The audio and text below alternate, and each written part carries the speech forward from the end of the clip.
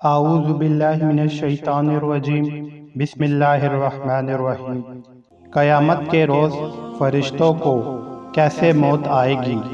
دنیا کے لوگوں میں سے بدقسمت ترین وہ لوگ ہوں گے جو قیامت کے منظر کو خود اپنی آنکھوں سے دیکھیں گے۔ اس روز یعنی قیامت کے دن سے پہلے ایک دم ایک خوفناک آواز آئے گی، جس کے خوف سے سب لوگ سب کچھ بھول جائیں گے۔ اس خوفناک آواز کے بعد سورج پھٹ جائے گا، تارے ٹوٹ جائیں گے، چاند بکھر کر ریزہ ریزہ ہو جائے گا، اور زمین میں دراڑیں پڑ جائیں گی، اور پہاڑ روئی بن جائیں گے، سمندروں میں آگ لگ جائے گی، دنیا تہس نہس ہو جائے گی۔ پھر اس خوفناک آواز کے ساتھ پوری دنیا کو اللہ تعالیٰ موت دے دے گا۔ جب سب کچھ ختم ہو جائے گا، پھر پہلے، دوسرے، تیسرے اور اسی طرح ساتویں آسمان تک سب کو موت دے دی جائے گی۔ سب فرشتوں کو گرا دیا جائے گا اور انہیں زیر و زبر کر دیا جائے گا۔ پھر رب تعالیٰ فرمائے گا کہ کون باقی ہے؟ یہ آواز سن کر ملک الموت حضرت عزرائیل کہیں گے، یا اللہ، مجھ سمیت تیرے 4 فرشتے ہیں، یہ جبرائیل، میکائیل اور اسرافیل ہیں۔ اللہ تعالیٰ فرمائے گا کہ جبرائیل اور میکائیل مر جائیں۔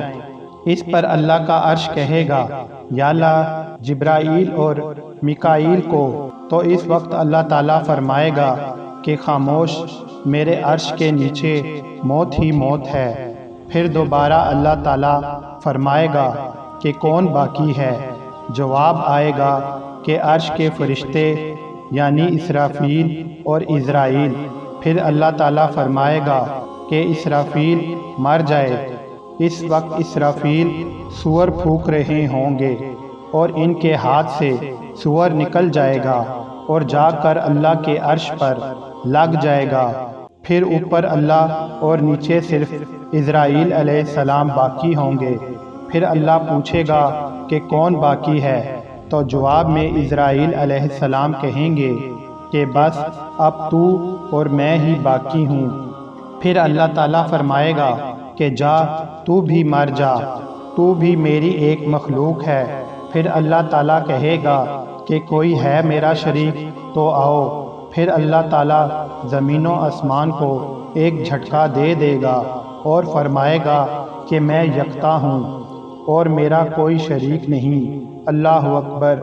اللہ تبارک و تعالیٰ سے دعا ہے کہ اللہ ہم سب کو ایمان والی زندگی اور ایمان والی موت عطا فرمائے۔